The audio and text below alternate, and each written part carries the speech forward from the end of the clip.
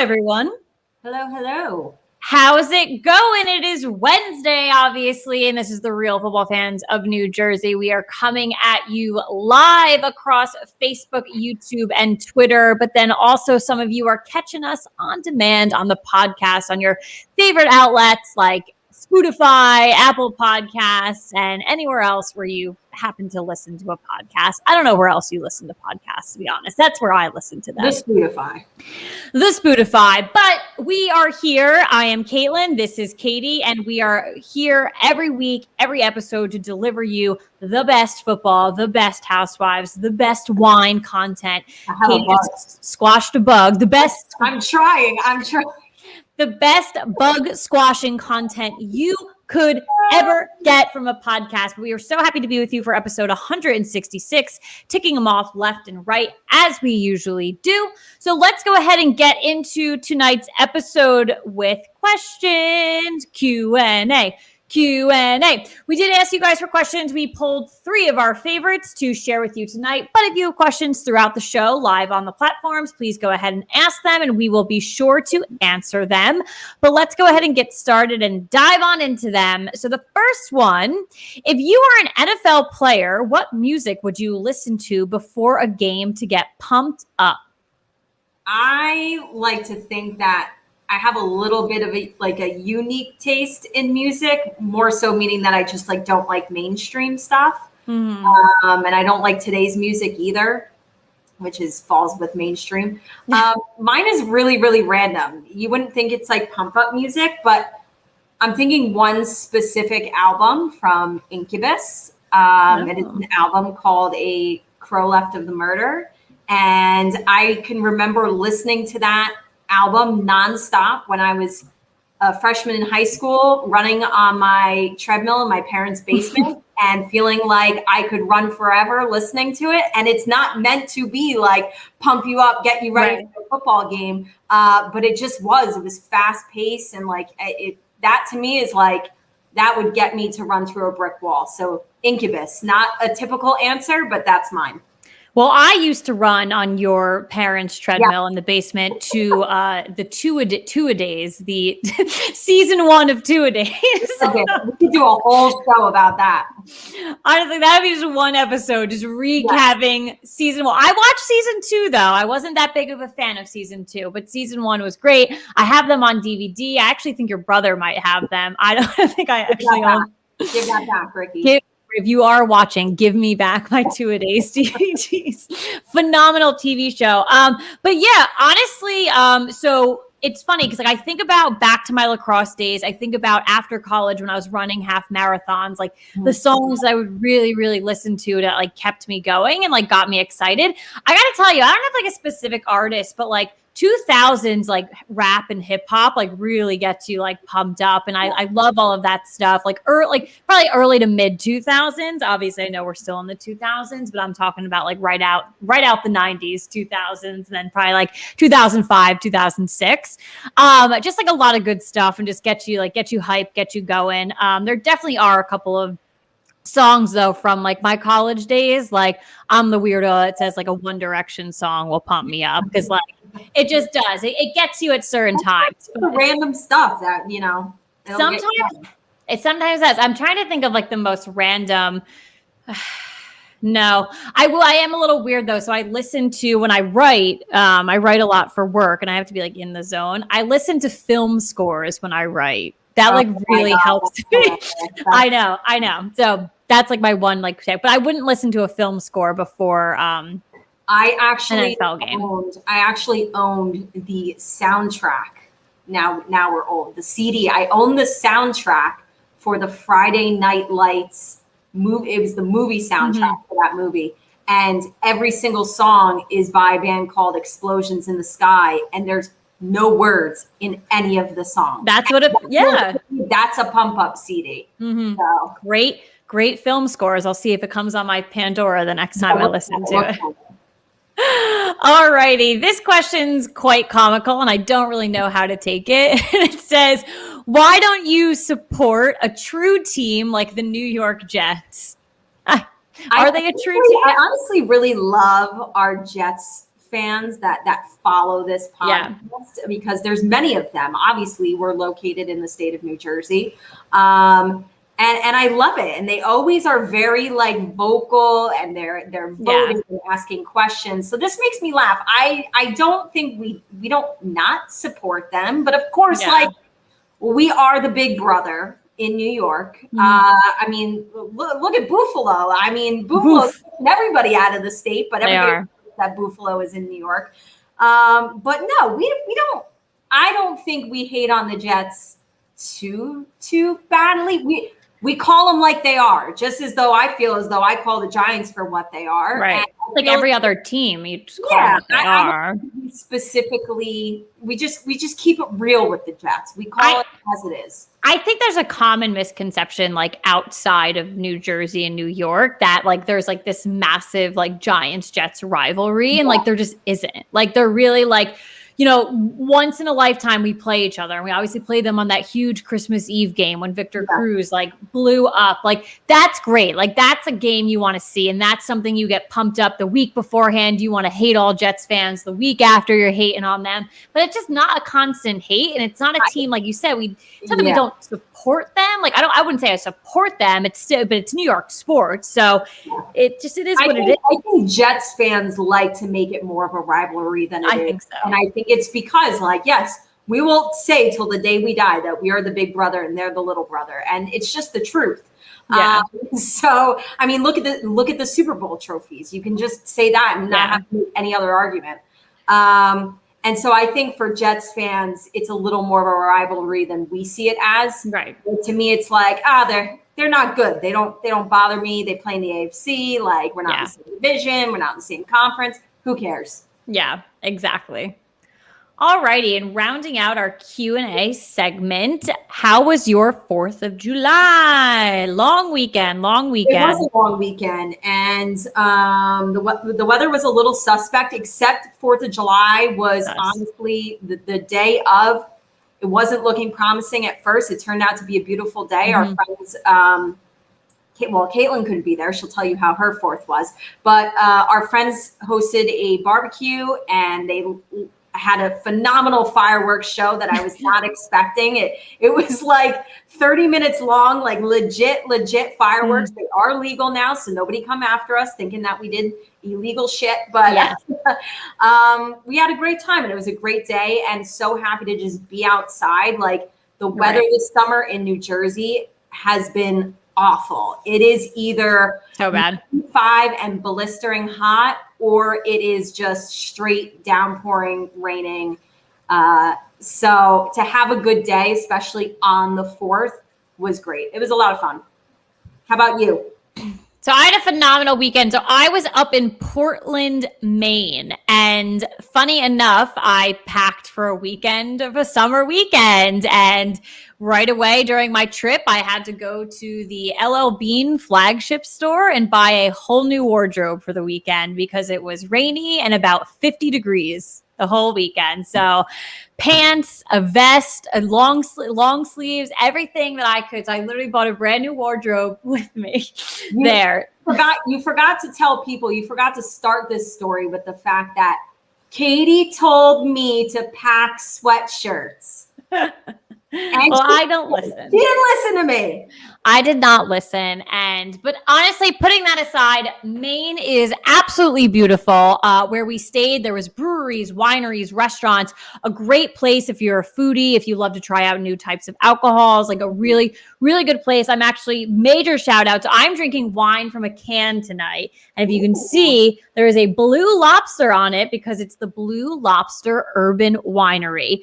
Very cute, tiniest winery ever. It wasn't on a vineyard. It was just its own little stander. My boyfriend and I went, we did the flight. As soon as I tried the Chardonnay, I was like, this is chef's kiss. Beautiful, beautiful. In a can. They sell it online. I think I'm going to order more. Absolutely love it. But all in all, great weekend. We capped it out with fireworks as well. I had a great time. I swear they were like right here though. And I have really sensitive ears. I swear to God, I was like just closing them the whole time. But I love love the way I love a good firework. So, Yes. but yeah, all in all great. I'm looking forward to go back. If anyone needs any recommendations, I mean, the recommendation is just to go. I want to go. I'll take recommendations. Yeah. Just the recommendation first one is to definitely go. And it's only an hour plane ride too, if you don't want to take the truck. Oh, yep. Okay. I'll probably be doing that next time. Coming from the girl who hates flying. If it's a quick 1 hour, the 1 hour flights are okay though, because you're up and then about 20 minutes later, they're like, all right, we're descending. You're like, all right, that's the best part of the flight, descending. So, absolutely. But yeah, great weekend. So thank you guys again for your questions. If you are watching live now on Facebook, YouTube, and Twitter, go ahead and pop over your questions as we are live throughout the rest of the episode, and we will answer them. Yeah. We're going to get into our big stories of the week in the world of football. We are going to do our NFL quick hot topics. This first one, actually, off the top of my head, Caitlin, I want to give you a question in regards to this first story, but let's tell you what it is first. On Friday, it was announced that the Dallas Cowboys were selected to be on HBO's Hard Knocks this upcoming season. We recently played a game on the show. We told you who the 5 candidates were. It included the New York Giants, and we were kind of just waiting to see like what storylines did we want to hear, what teams did we want to see. Hard Knocks is going to premiere on August 10th. That's a month away. It's going to be here before we know it. It's going to feature 5 episodes of the team at training camp, as it always does. This year, we're going to get to see, the preseason games, which is going to be great. We didn't get that last year with COVID. This is actually the 3rd time Dallas has been on Hard Knocks. I did not realize that until they came out with that picture. I think it was on the NFL's Instagram of teams that have been on Hard Knocks. And when I was I literally had to do a double take. I was like, oh, there they are again. Oh, 3. Oh. So they will be the first NFL team to ever be on Hard Knocks 3 times. They were on in 2002 and in 2008. I have a quote from Ken Rogers. He is the VP and senior coordinating producer at NFL Films. He said, the Cowboys are one of the most storied franchises in NFL history and a team that elicits strong reactions from fans around the world. Tens of millions of fans love them, but just as many people love to hate them. Either way, when the Cowboys show up, people watch, which makes them perfect for Hard Knocks. I don't disagree. And he said this year, their high-profile status as America's team is paired with uniquely interesting storylines. So, Caitlin, that is my question to you. I kind of want to say, besides the big, obvious of, how's Dak Prescott going to look, returning after that injury, what's a storyline with the Dallas Cowboys that you're kind of interested in watching on Hard Knocks this year? Yeah, I mean, I think that they have such a strong offense. And putting aside the offensive line, I think their wide receivers, their running backs, they have a lot of talent there. And I want to see, I feel like they could potentially turn the wrong corner and be the Atlanta Falcons, where they have all of this talent and not perform and not do well. We've kind of gotten... They've already done that, because I was joking today that I've picked them to win the division for the last 5 years, because on paper they should win the division and then they don't. So I don't think they've hit the extreme of the Atlanta Falcons yet. I think again, and maybe this, being on Hard Knocks or being whatever, it'll really help that. So I'm really eager to see how that core group of people interacts with each other. I do want to see how a really good offensive line freaking looks, to be perfectly honest, behind the scenes. So I think that's really the big storyline too. And then also maybe not a storyline, but you look at a guy like, Ezekiel Elliott, and he's not really good in the spotlight. He's been, in trouble in the past, in college, in the NFL so far. And I know, with the Browns, it was, questionable, is Baker going to be issue, or the camera's going to bother him and do that things? Obviously it turned out okay, but I kind of get that feeling with Zeke. And is it going to bother him? Is it going to push him in a direction that, he doesn't want to go, or be a distraction and things like that? So while that's not a storyline, I see that, kind of adding to, the potential drama of this season. I'm really intrigued. I would say I'm most intrigued to see Mike McCarthy. That's a really good point. Yeah. His second year with the team as head coach.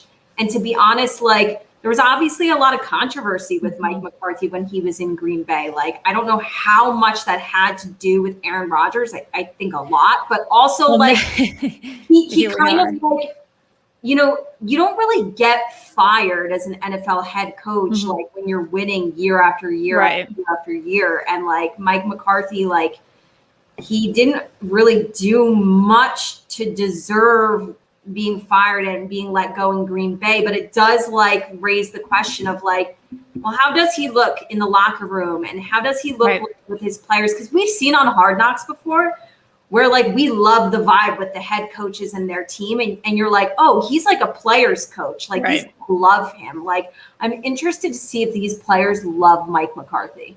I think that's great to bring up. And honestly, I think if Dallas starts winning year after year moving forward, we are going to understand that the reason why Mike McCarthy left Green Bay is because of Aaron Rodgers and upper management and him like literally being like, I don't know, the master of that entire city. My hot take is he's not the guy. He's not the guy for Dallas. Yeah, I'm not saying he's not a good head coach or Dallas is a hard team to. I don't think he's the guy. Let's look at it this way. Let's look at it holistically. The NFC East right now is whoever they're bringing in at head coach it's hard. It's really, really hard. Do I think the Giants found a great coach in Joe Judge? Yes, I think we see it in the team that they're really playing for him. I think that's the first time we've seen that in a really long time. You know, we see, you know, kind of his attitude behind things and it makes sense. You know, do I think Ron Rivera is the guy for Washington? I don't know. I love Ron Rivera. And that's the thing though, but he is a tough ass and that team needs to I think he's a great coach. He absolutely is. So I think that the NFC East, whoever enters right now, any team is going to be questionable. And I think that these teams need to actually do the opposite of what NFL teams are doing and just letting people go when it's not good. And they actually need to hold on to them for a decent amount of time and kind of just test. They did it with Jason Garrett. They held on to Jason Garrett way longer than people thought they should have. Right. So we'll see. But now we're holding on to Jason Garrett. So I don't mind him. I like him. I know everyone shits on him. Every day I open Twitter and everyone's shitting on Jason Garrett. I actually don't mind him. We're gonna see what happens this season. We're gonna see what happens, but yeah. Yes. So Dallas, HBO, Hard Knocks. Again, this is like a month away. I can't wait. I'm a huge fan of Hard Knocks. Love to watch it. But in other NFL quick hot topics, yesterday, New England wide receiver N'Keal Harry has formally requested a trade. His agent said expectations haven't been met since N'Keal was drafted in the first round by New England in 2019. I'm sure New England could also say, yeah, no shit, expectations haven't been met. What have you done for us? But his agent did mention he's only had 86 targets through 2 seasons. His rookie year, he was banged up. He didn't play most of the season. But last year, like he played in 14 games and he only had 309 receiving yards and 2 touchdowns. So yes, like you can complain that like, oh, like you're not getting me the ball, whatever. Right. But like, I can't imagine the Patriots have been happy with his production either. So this could be like, okay, you want to trade? Like, let's part ways. Let's amicably part ways. Let's make it a nice breakup. And you maybe try to resurrect your career somewhere else. And we're going to move forward without you. Well, absolutely. And I think like the best take I saw on this, like on Twitter earlier today, and I forget who said it. So like, apologies for not crediting you, but it was basically saying like him coming out and saying like, it didn't exceed like my expectations. Yeah. And he was up against a guy like Jacoby Myers, who literally had 0 background. And basically the Patriots pulled him in and they were like, you are wide receiver 1. And Myers put up way better numbers than someone who they pulled in to actually be a true wide receiver. So don't come out and say that your expectations weren't met when you could have put out there. Like you had someone next to you that was not like supposed to be there, so to say. He was a Bill Belichick Walmart cashier, and you did not stand a chance against him. It's funny because it's not like the New England Patriots to find their star wide receivers in the first round of an NFL draft. Right. They will take guys who are very unknown, like Jacoby Myers, and they will make them into stars. And so it was funny to see them finally be like, all right, well, we can't pass up on this guy. I know it's the first round and we normally don't do this, but we got to get this guy. And they did, and it didn't pan out. And they've had so many like undrafted or late round guys that were way better. So if that works for your team, it works for your team. That works for the New England Patriots. So you cannot have a guy literally like this not pan out, because they will find your replacement, or your replacement's already on the team some way, shape, or form, or they're working at Walmart, the next cashier at Walmart. So absolutely. So we'll see what happens with that, if anybody's like actually interested in bringing him in. But our final NFL quick hot topic, Caitlin, I don't know if you got to catch any of this. I caught the back end of it. Yesterday, the Match charity golf event aired. That was, of course, Aaron Rodgers and Bryson DeChambeau. They were paired up against Tom Brady and Phil Mickelson. And Aaron Rodgers solidified the win for him and Bryson by sinking a putt from 12 feet on the 16th hole. I have to say, like, I caught like the back nine, and Rodgers was putting like an animal. Like he was putting like a legitimate professional let's golfer. hope that's not like foreshadowing that he's, he's mind is elsewhere. Tom Brady played last year, and he was incredible last year. His game was not really on yesterday when I was watching, at least what I saw in the later half. But Aaron Rodgers was putting like a pro, and it was fun. Like they can both play. They can both play well enough to like go out and play a professional round of golf, which is really fun. And like they're mic'd up, and it's hilarious. And that's like the best part about it for sure. And like Tom Brady sent out like the funniest tweets ever. And it was like, I don't know. Did you see that one meme that like I put like our stuff on? It's like of the two golfers, and the one guy's like rolling his eyes. Yes. And the guy, so Tom Brady like put that one out, and it was like when Phil Mickelson asked you to be his partner again next year because they lost. But it's just funny because I know they are a common duo for sure when they're doing these charity events. But I just loved kind of like the banter back and forth, because he did one about Aaron Rodgers like going off too. So I just think that's really funny. Yeah, he was on, and loved having, you had a couple commentators. They had Larry Fitzgerald doing it, coming in, asking a couple questions. I love that. They have the best with Charles Barkley, and Charles is hilarious. And Charles Barkley had no shame in his game, asking him several times throughout the match, Aaron, are we going to see you with Green Bay at the season opener? Aaron, are we going to see you? Like there was they were playing in Montana, so there was like a bear literally next to the course that they like showed. Oh my God. And Charles Barkley was like, Aaron, look, it's a bear. Are you going to be playing the bear while you're on Green Bay? And Aaron Rodgers just kept saying, we'll see, maybe, I don't know. Like it was hilarious, but it's just like, listen, he's truly living his best life right now, not reporting to any team things, going to Hawaii with his fiance and other famous I did see a headline where it was like Aaron Rodgers said he's just taking care of his like own mental health this offseason and like worrying about himself. And okay, we're gonna see what happens. He's gotta cut his hair though. I don't like he's gotta cut that hair. It's terrible. I think COVID's not over, but lockdown is over. Shailene Woodley is doing something to him. I think he's really becoming like a little bit hippy dippy. Like just the way he was talking as he was like, let's all be zen. Like, no. Look at the sun. Let's just take in the scenery. He's going to get his ass kicked in the NFL this year if that's the way he acts. Woodley is like rubbing off on you. You're sounding very like hippy dippy. I don't know. I don't like that. No, it was weird. And I was like, cut that hair, boy. Cut that hair. Cut that hair. But it was good. It was funny. I love watching that every year.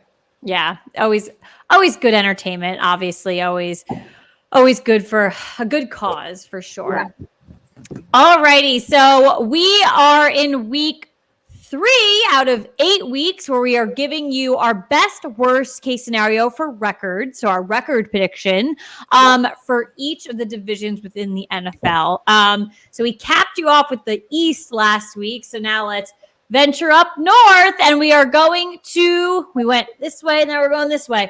And now we're going to the AFC North. So this is Baltimore, Cincinnati, Cleveland, and Pittsburgh. So let's not waste any more time. Let's get into it. Starting with Baltimore. What you got?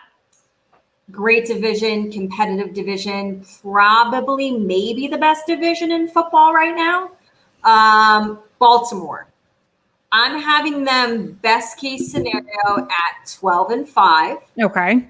I'm having them worst case scenario at 9-8. My comment that I wrote down, I feel as though they have some very winnable games on their schedule, like the Raiders, the Lions, Broncos, Chicago.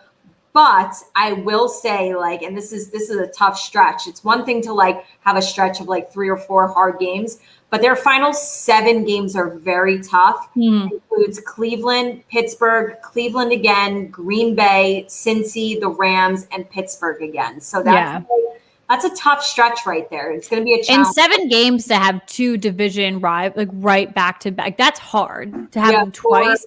Yeah. You've got Cleveland twice, you've got Pittsburgh twice, and you've got Cincinnati. I think we're seeing that a lot with the schedule. But then like throw in the non-division games, and it's Green Bay and the Rams. Right. Like, that's hard too. So that's going to be a very challenging stretch for them. I think with the change this year with the 17 games, we are seeing that those really difficult stretches, especially division games, where you're seeing division rivals right back to back, or you're seeing division games. I think we spoke about this not last week. We did the NFC East last week, but the week before, you're seeing it right 2 games in a row. Like you're getting division games back to back.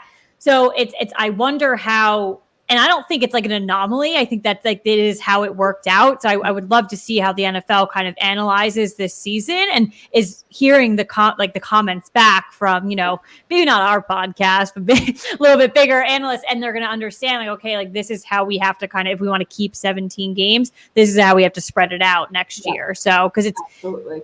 Yeah, and it's not like you're trying to make the schedule easier for people, but it's just like that. It's just, we've been seeing it. This is our 3rd week. We're seeing how.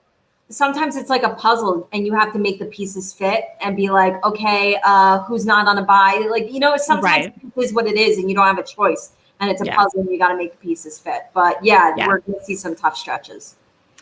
So for Baltimore, for me, best case scenario, I'm going with 11-6. Okay. And worst case scenario, 10-7. So Baltimore to me is a very strong team. What I just question is what they can do in the playoffs. And actually, I'll cap that around this entire. I've been saying cap a lot this episode. I don't know what that means. Wrap it around the entire division. I think it's a very strong division. Like we had just said, probably one of the strongest in the NFL going into the 2021 season. I have the biggest question mark on all 4 of these teams postseason. Yeah. Regular season, strong. We'll have these probably good records that we're all going to read off here. You have 3 teams in the playoffs easily. Yeah, but postseason is question mark for all of them for sure. You're right. All right, Cincinnati, the Bengals. I really hope we just see a full 16 healthy games from Joe Burrow. I think he is honestly totally that's really the guy. all you can get. He is it. He is the real deal. Best case scenario for this, young team. And a team that, hasn't had a lot of success in the past. I'm going 9-8, best case scenario. Whoa, that was a little mean. Mean? That was a little mean. No, I'm a little mean. I don't know. A little mean. Okay. Worst case scenario, I went 6-11. I honestly really like this team, and I had faith in what they were doing with Joe Burrow before he got hurt. And so hopefully he comes back and things are okay. But this is obviously a very tough division. And so you need to win the easy games on your schedule. Cincinnati has to win the games against Chicago, Jacksonville, Detroit, the Jets, and Denver. So that is going to be the key for this young football team. Win the winnable games. It sounds simple. It sounds easy, but it doesn't always happen. You have to win the winnable games. Yeah. So maybe it's not like too mean, but their best case scenario did go 7-10 for them. That's not that mean. It's not, but I could see 6-11 as well. I think I'm more so just like, because I think it really is like a hype this season for them. And I think, we got to get the 17 or the 16, whatever. We need the freshness from Joe Burrow. We need all games from him. I just don't know. It's something where you just wish that fans and people looking into their organization, it doesn't happen overnight, and you hope that they don't think that. So I could probably go back and forth too. So like 7 and 10 final answer, but I could probably go to 6 and 11 too. And then worst case scenario 5 and 12. Okay. So not too much far off from what I said. No. All right. Alrighty. These next two get a little interesting for me, but what do you have for Cleveland? Cleveland is going to be similar to the Buffalo Bills, and like we all just saw them have their first big like breakout season last year, making the playoffs and like being really strong AFC teams. Can they do it again? They're obviously getting Odell Beckham Jr. back. That should be great for them. We'll see what it looks like. Best case scenario, I'm going 11 and 6. Okay. Worst case scenario, I'm going 8 and 9. So they're opening the season on the road versus Kansas City. That's not going to be fun. Nobody wants to take on that task, especially on the road. And then this is rough in my opinion. They end the season, their last 3 games, on the road. And think about end of season, really cold weather. On the road at Green Bay, then on the road at Pittsburgh, home against the Bengals. Like that's a really hard end to the season. So that is their with playoffs on the line too. Like we just said, 3 of them could potentially go to the playoffs, but it also could be very cutthroat between those 3 teams near the end of the season. Yeah. So to have those 3 games when playoffs are on the line. Open against KC, and then like in December have to go on the road in Green Bay. I'm cold just thinking about it. No, I know. And I'm going to take it's a hot day here in New Jersey. I'm sweating. It will get cold in Cleveland, but not Green Bay cold. No. All righty. So I have a bit of a curveball here. My best case scenario, and apologies if I did this in the incorrect order, but best case scenario for the Cleveland Browns is 10, 6, and 1. They are tying a game. So I like it. 10 wins, 6 losses, 1 tie. And worst case scenario, I agree with you. I think 8 and you said 8 and 9. So we're on -1 itty bitty tie. This division always ties. Yeah, you're right. There could 100%. 17 games, not going to surprise me to see somebody have a tie across the league this year. And this is probably the division to do it. So yeah, I'm with you. And then wrapping up the division, we have the Pittsburgh Steelers, which to me, this season for them is going to be I'm going to be watching it under a microscope. I am so intrigued by the Steelers going into 2021 because I don't know.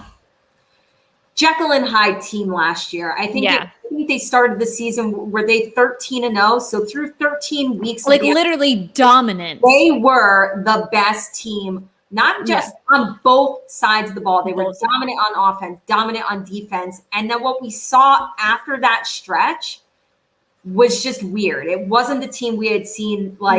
People were like, are they going to have an undefeated season? Like that's how good they looked. And then things just got weird. So best case scenario, I have them at 10 and 7. And worst case scenario, Jekyll and Hyde, flip mirror, 7 and 10. Yeah. I will say that I think they have the toughest schedule in this division. And their hard games are very, very hard. At Buffalo, at Green Bay, Seattle, Tennessee, at Kansas City. That is brutal. Tough. So I know that I have them like at a worst case scenario of 7 and 10. I want to say that's like not a knock against the Steelers. It's just, this schedule is tough. It is brutal. They got the worst draw out of the 4 teams. It's going to be a challenging season for the Pittsburgh Steelers. You read those names to anyone in the NFL and they're shape. You get that you open up your schedule day at any team, any fandom, and you're like, shit. Like no one is happy about that. No one's happy about it. It wouldn't surprise me if and I haven't looked in a while, obviously they do the rankings of who has the toughest and easiest schedule. Wouldn't surprise me if the Steelers potentially had one of, if not the hardest schedules. Oh, definitely. Just off of those alone, just put you up there. And then adding your division. Right. Forget it. Yeah. All righty. Best case scenario for me, I'm going with 9 and 8. And then worst case scenario, here's another kicker for you, ladies and gentlemen. 7, 9, and 1. They are tying the Cleveland Browns. So that is in the division. They're tying each other at, well, I guess they play each other back, or that 7-game stretch back to back at one point. So one of them's going to be a tie. So. All right. Hot take. You heard it here first. And I could definitely see it happening. I like the bold prediction. This division loves to tie each other. You're not wrong on that one. It's like NFL tradition. Yes. Honestly, like I think we do this every year before the season starts too. We kind of give like our predictions for who will win the division. So I know that this is going to be a real interesting one to cover for sure, because you can make arguments for, I would say, 3 of the 4 teams. So absolutely, that'll be very interesting. But let's get into our big stories of the week in the world of Housewives. This first one is Beverly Hills related, potential return of a former cast member. This past week, Denise Richards confirmed that she would like to rejoin the cast of Real Housewives of Beverly Hills, but insisted that she had never told Bravo that they needed to fire Lisa Rinna for her to come back, despite rumors saying that she did, in fact, say that. Rumors had started swirling when Garcelle actually appeared on a recent episode of Watch What Happens Live and told Andy herself that she thinks Denise wants to come back, but she was quick to say, but somebody's got to go then. And Andy asked the question on everybody's minds. He asked it for us. He said, are those Housewives initials LR? And Garcelle just, awkwardly laughed. Didn't deny it. No denial. So yeah, we all know what that means. Lisa reacted to these comments on Instagram. She screenshotted Garcelle from that episode of Watch What Happens Live and just commented, hi. Also posted one of her more infamous quotes on her story saying, I wouldn't be surprised if we never saw Denise Richards again. So yeah. She definitely had something to say about that. Denise, I think Denise clarified this after Lisa kind of like took to Instagram, obviously after Garcelle said these things on Watch What Happens Live, just to confirm, like, no, like yes, I would like to come back. No, I never said that Bravo needed to fire Lisa. What are your thoughts, like, about her potential return? I just think that like her like entrance and her being there was, I think we were so like excited about it because we love, potentially having people that we already know. I thought she was a great fit, being in Hollywood, being in Beverly Hills, like it made sense for her.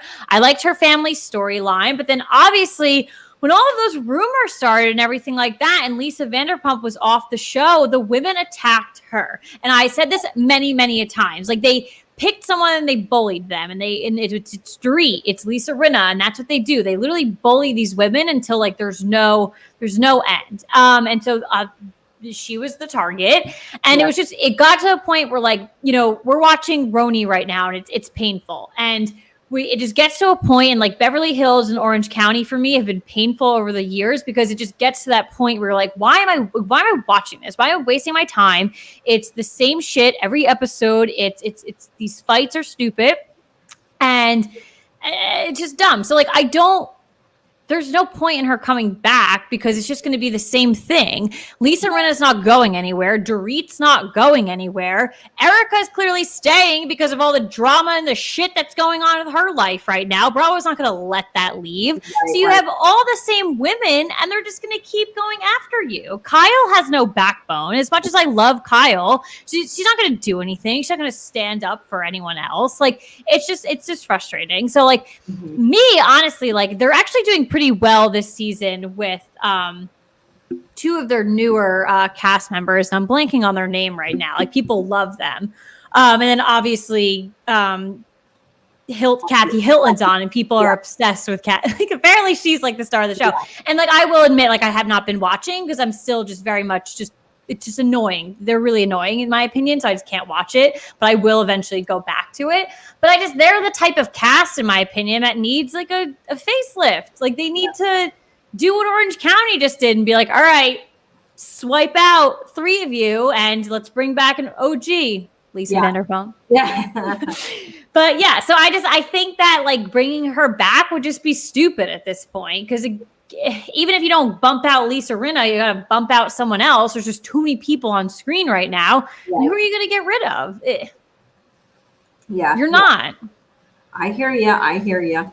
But, well, in other Housewives news, probably a little bit better and more fun because Miss Luann, the Countess, is getting serious with her new boyfriend. Yes. So we did actually, I think we brought this up like a little bit ago, but we had really didn't know like much detail behind it. Yeah. But it is a recent fling for Miss Luann Lesseps, and we're seeing now that it's turning into an actual relationship. So she was having this fling in March with, I'm going to ruin this. Radamez? Sure.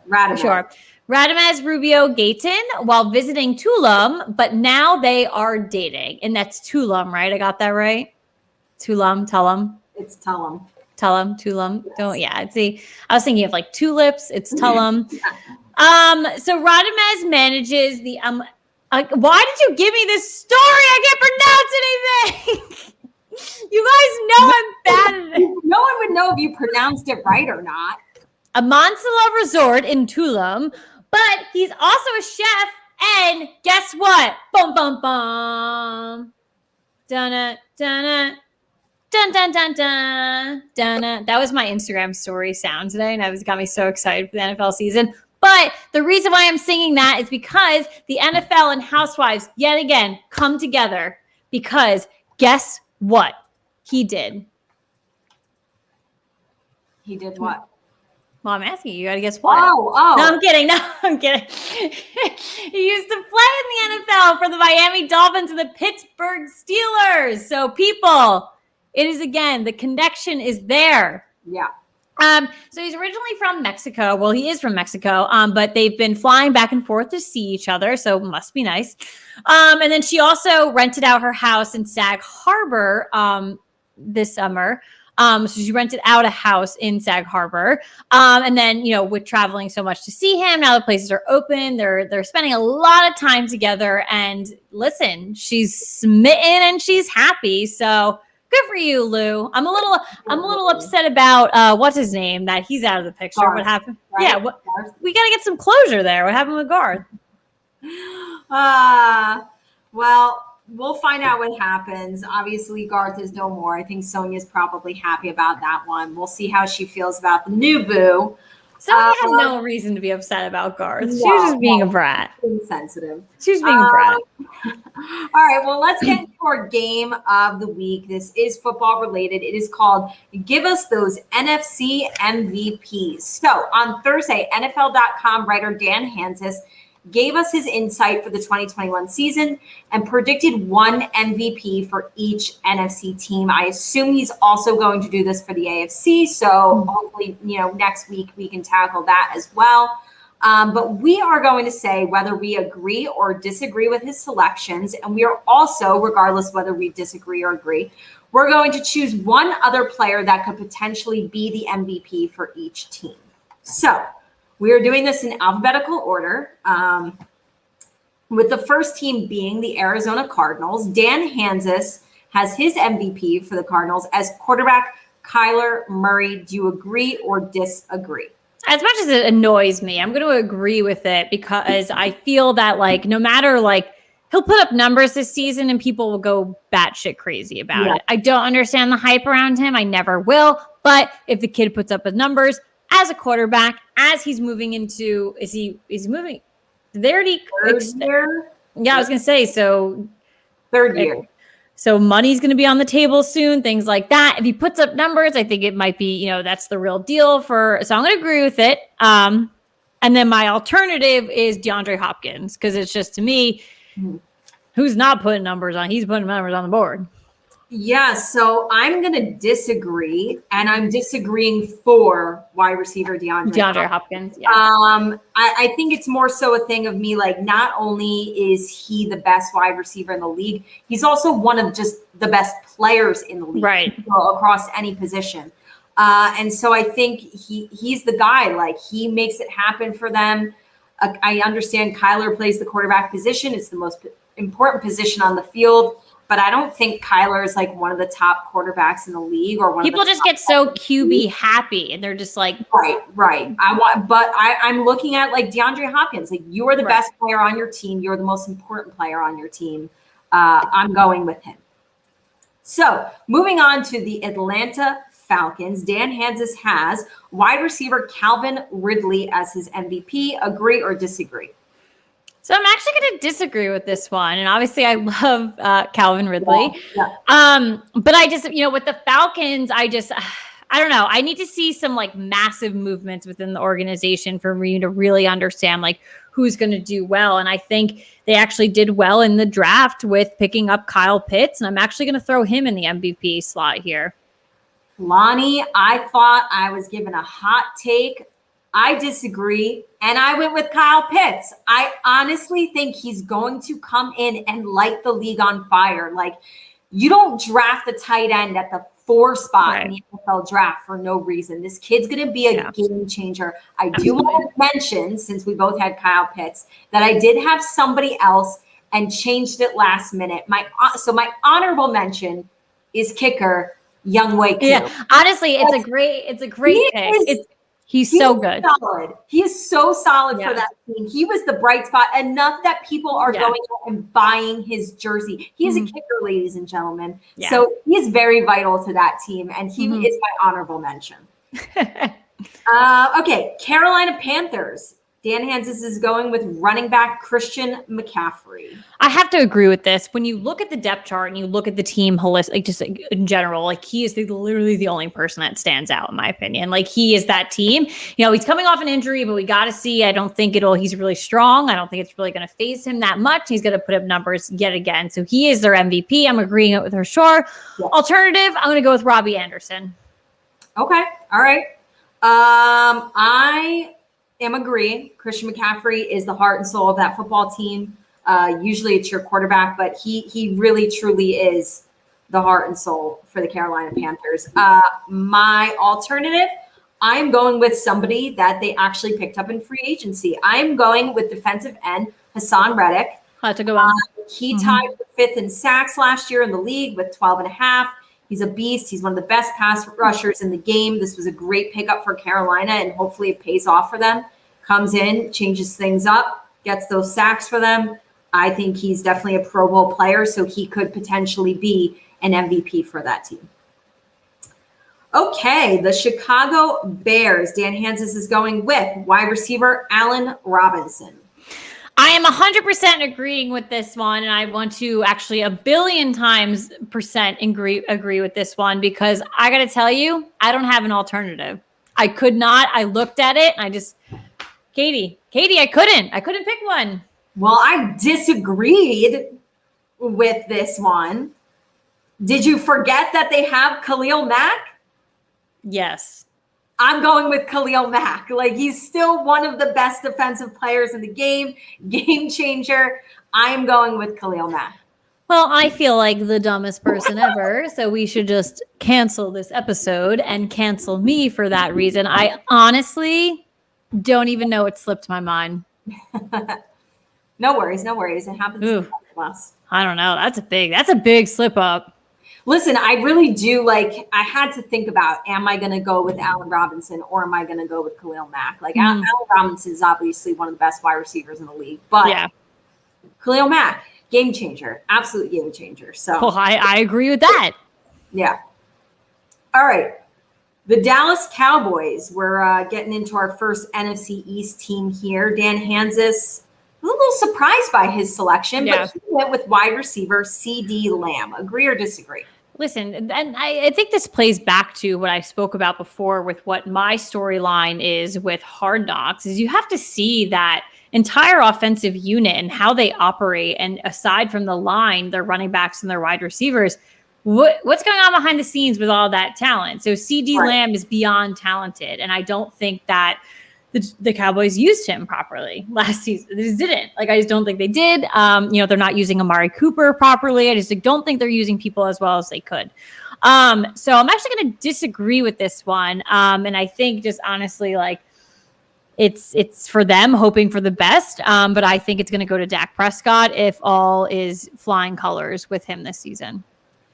Disagree with Dan Hansis. Agree with Caitlin. It's quarterback Dak Prescott. Yeah. I have faith. He could even have like half of a season, and people. It's just gonna. It's one of those things where like every year I see somebody who's like supposed to win comeback player of the year, and I'm always like, as long as they put up decent enough stats, they don't have to be spectacular, but if they're decent, like they'll win that award. I could see Dak Prescott winning that award, but I don't think he'll play decent. I think he really will play well. I see him. I see him coming back and being strong for them. It's got to be him. All right, Detroit. This is a tough one. There's not a lot of big names on this roster. I think this could potentially be the worst team in football this year. Oh yeah. Dan Hansis has gone with tight end TJ Hawkinson. Agree or disagree? I'm going to agree with it. And my alternative is going to be the quarterback. It's going to be Jared Goff. So let's see what he can do in Detroit. Yeah. I agreed with TJ Hawkinson. My alternative is different. I did feel as though running back DeAndre Swift was a bright spot for them last year. But again, I made a note, and I didn't make notes for many of these teams or many of these players, but I just wrote down no one to really choose from.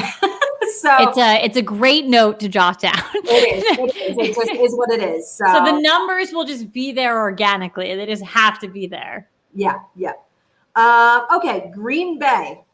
This will be interesting depending on what happens. But Dan Hansis has quarterback Aaron Rodgers.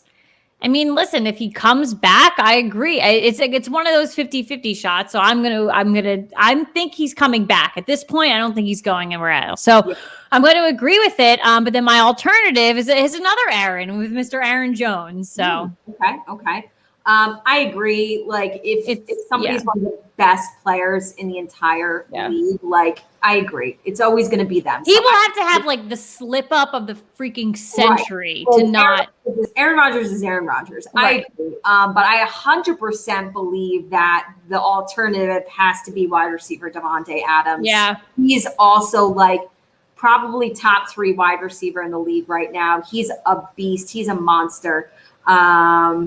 Maybe Aaron Rodgers stays just for him. I wouldn't want to leave that. They have a great connection. Yeah. He is my alternative. All right, Los Angeles Rams. Dan Hansis has defensive tackle Aaron Donald. This is like, again, another 1,000,000,000% agree. You don't defensive player in the game, so literally as much. And then my alternative, I'm going to go with Cam Akers.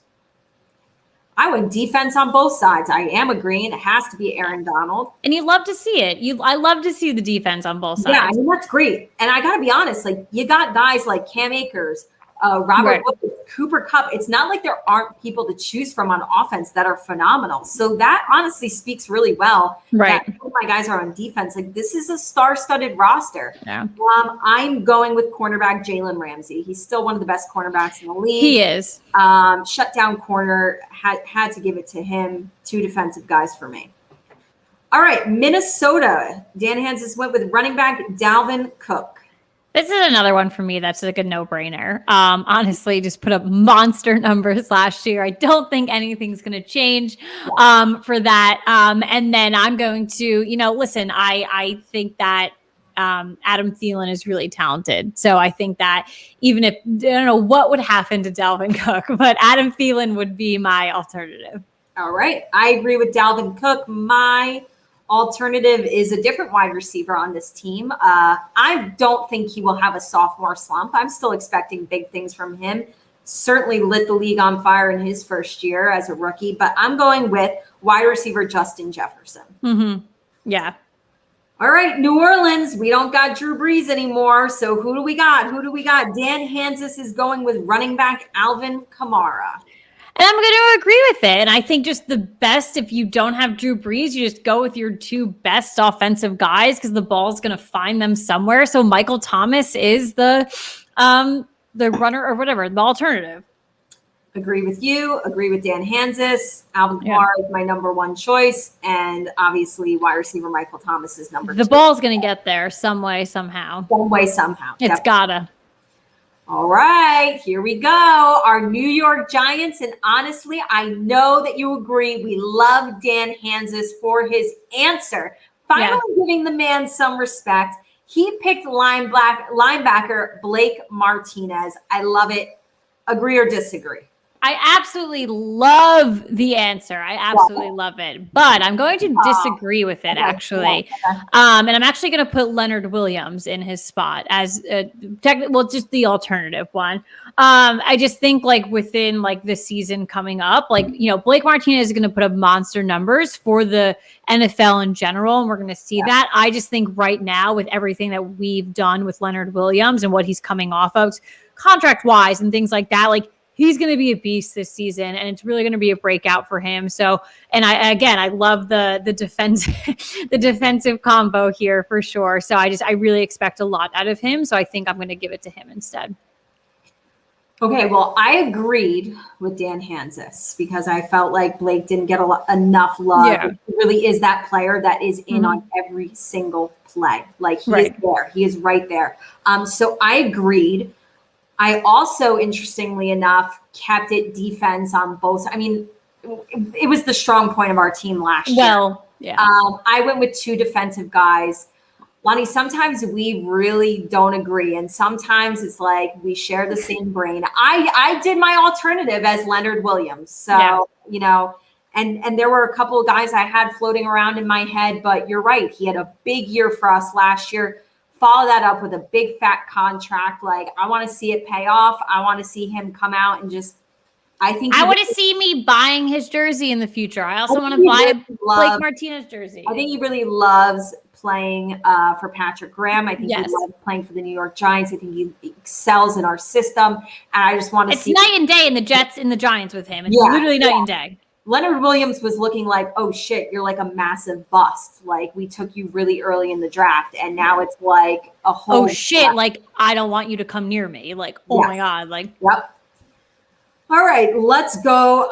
Sticking with the NFC East here, let's go with the Philadelphia Eagles, and Dan Hanzus is giving some love to a rookie wide receiver, Devontae Smith. So I'm agreeing with it. But my hot take actually is that I'm going to keep it within the Alabama family, and I'm going to give it to Jalen Hurts as the alternative.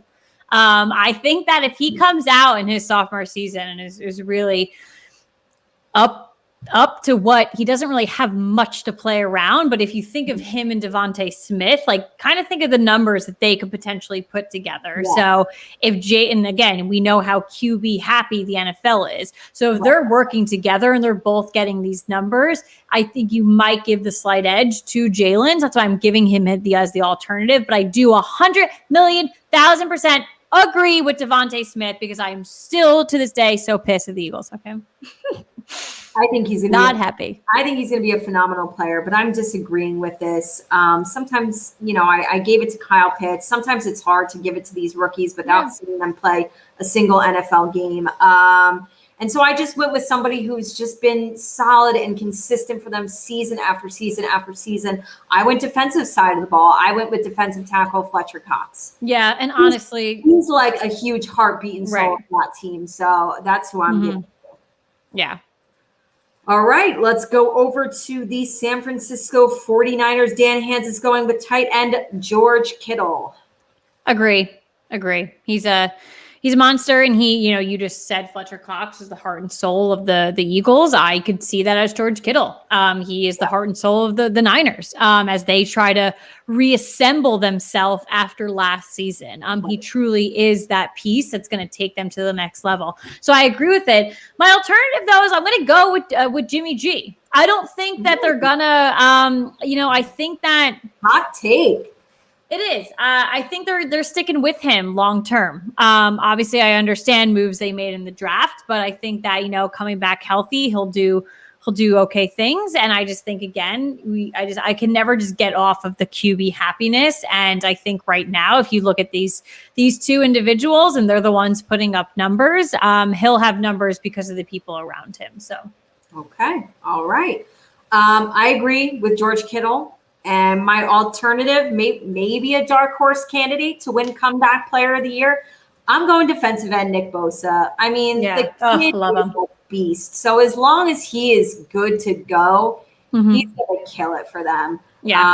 Loved watching him his rookie season. He was phenomenal. So upset that he got hurt. Yeah. You don't ever want to see that, especially when it's a team that's like not in the horse race with you. You know, if it happens in our division, okay. But yeah, you don't want to see a player like that who's having so much success so early on. You don't want to see that happen. He's a phenomenal player, and I think he's definitely deserving of my alternative spot. All right, the Seattle Seahawks staying in that division with San Fran. Quarterback Russell Wilson. Agree or disagree? I agree. I feel like, again, this is another no-brainer. My alternative is DK Metcalf. So Metcalf. And mine is the same. I agree with Russell. My alternative is DK. I feel as though this is just one of those ones that's self-explanatory. So absolutely. All right, another one that might be self-explanatory. You tell me. Tampa Bay Buccaneers. We've got quarterback Tom Brady. You want to disagree with it, but you can't. You can't find. And my alternative might be surprising because maybe I think I called him lazy in the past. I'm actually going to give it to Mike Evans. So, someone actually, I was reading the other day. It wasn't like an underrated post, like people that are underrated, because I don't think Mike Evans is underrated at all. I guess it was more so not giving full on spotlight, and he was one of the individuals, and they just really went into detail around it.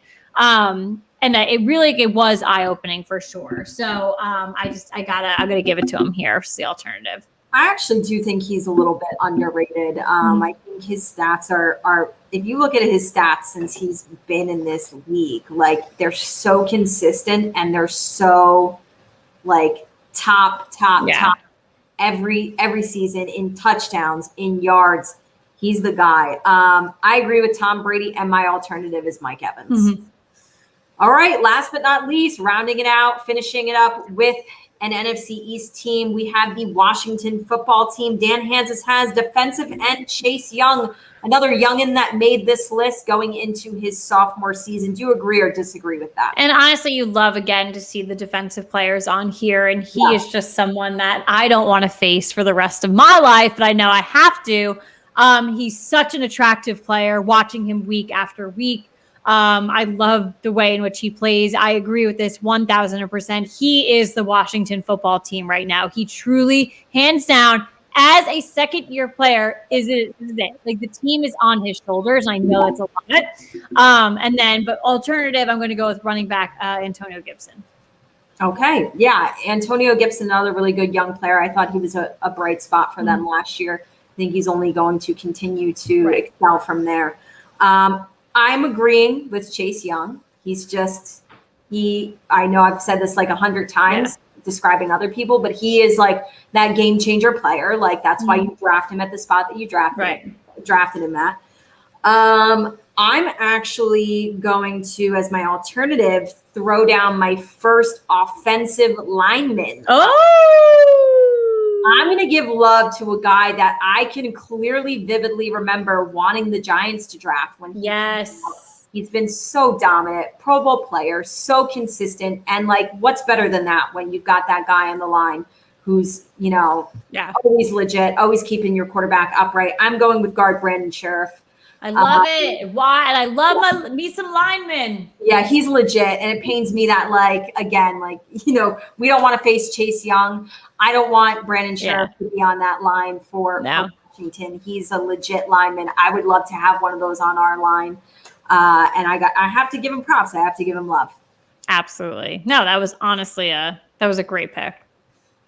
Thank you. Good game. Alrighty. Yeah, it was a fun game. It really made you think of because you definitely have standout players on every single team, but you think of MVP caliber and you're well, wait, I don't know. And then I thought, so it was very good. Not so obvious. Absolutely. All right.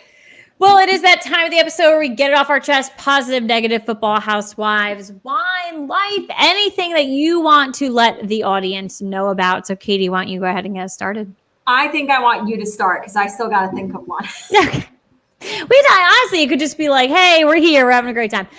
So mine is just short and sweet. And I did this for, I think, the last 2-3 weeks. It is the final week of my fundraiser for the Tom Coughlin J Fund. So it's all the links are on all of our social media profiles, on a Twitter, on Instagram, Facebook, everything. I don't know if it's on YouTube, but I can always comment it on there. You can literally just anywhere that we are. You go to my personal pages, Katie's pages too. They're there. So basically it's the simplest fundraiser in the world because all you do is buy wine. There's no gimmicks. There's anything like that. You literally just buy bottles of wine. You can buy one bottle. You can buy multiple bottles. You can do whatever you want. If you don't drink wine, I guarantee you someone in your life does. If you do not know someone in your life that drinks wine, Katie and I drink a lot of wine. So you can buy it for us. We will happily accept it. So basically what just happens is you buy a bottle of wine and a portion of the proceeds goes to the Tom Coughlin J Fund. This is a charity that's, near and dear to mine and Katie's hearts, near and dear to Giants fans' hearts. It's really good. It's for families that, are unfortunately, battling childhood cancer and everything that goes into a family that's dealing with this horrific issue. So I absolutely love the cause. You can go on their website and check it out more. You can ask me for more details. I have all of the stuff, but they're a great organization. I know we spoke about this last week because I wore the shirt. As soon as they found out I was raising money for them, they sent me like this entire swag bag and they were just like, thank you. So like, they're like the most appreciative fun organization I've ever donated to. So I extended it a week. It was supposed to end last week, but I extended it out one more week. So we got a couple more days left. So let's go buy wine as fast as you can. Unfortunately, I don't think it comes with wine in a can. I think it's just bottles. But go ahead and buy. If you need recommendations, Katie and I have bought from them in the past for previous fundraisers. Katie has bought for this particular fundraiser. So if you want recommendations, let us know. But yep, just a couple days left. So thank you. Get on it, people. Get that wine. Get that wine. Get that wine. Get that wine. I guess I know Housewives is our show. That's the show we talk about. I'm going to give a quick shout out to 2 shows that I'm liking other than Housewives. All right. I know we've been super disappointed with Roni this season. Haven't really been enjoying watching it. So I want to kind of give love to 2 shows that I am thoroughly enjoying. I know Caitlin watches one of them. We are obsessed with Siesta Key on MTV. So good. This season has been unbelievable. Such a good season. I know a lot of reality TV that's on right now, you're seeing them relive COVID. It's just, it was filmed during COVID, the height of it. And now they had to edit it and whatever. And now it's live on TV and we're watching them live during COVID. And sometimes that could be really tough, but in Siesta Key, they just decided to pack up all their friends and go to a private island and just be nice. So it was for great entertainment. It's been so good. This season is unbelievable. It airs on Wednesday nights, actually at 8:00, but don't miss us. You can catch it on demand. Yeah. You can catch it later as well. Sometimes it comes on again at you can also restart the episode. I learned last week. So it's 8:38 right now. You can go when we're done and click a restart button and you can watch the episode. I did that last week. So loving Siesta Key. Also Below Deck. That's another Bravo show. Below Deck Med. That just started their new season. 3 episodes in. That has been really, really great so far. And they are in Croatia. And I want to just give a shout out to Croatia because it is definitely going on my travel bucket list. Yeah. It is beautiful. I could tell just from the trailers of what we're going to see this season. It's going to be a great season. I love it. It's definitely one of Bravo's best shows. I think people are really starting to stack it up there with Housewives. I know people that love it, really, really love it. I'm one of them. Watch Below Deck Med, watch Siesta Key, but obviously watch Housewives as well. So we can get about it and you can enjoy our show. Obviously, but we always have to give people other options as well. Yes. And also just getting recommendations. Oh, of course, just recommendations on the reg. So yeah. All right. Well, that is our show for tonight. Thank you guys so much for joining. Things you don't want to miss this week. Real Housewives of Beverly Hills. That started at 8:00. Don't know if you can hit the restart button on that, but if not, catch it on demand because you're hanging out with us. Real Housewives of Potomac season 6 premiere is on Sunday at 8:00. People are pumped. New season for Potomac. should be a good one. Roni on Tuesday at 9 o'clock. And then, as we were talking about early in the show, HBO's Hard Knocks, that is 34 days away. And the NFL Hall of Fame game, which is like technically the first preseason game, that is 29 days away. I can't even fathom.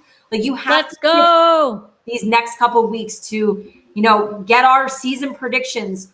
Who could potentially win the Super Bowl? Who's going to win their divisions? Who do you need to pick up in fantasy football? You cannot afford to miss us leading up to the season. So we'll see you next week. Yeah, you cannot. Honestly, we have a great list of guests coming out as well. So you just need to keep coming back. And like Katie said, phenomenal content, because football is right around the corner, and we'll keep delivering it week after week. So absolutely. Thanks Good night, for joining. everyone. Good night. Cheers. Thank you for joining.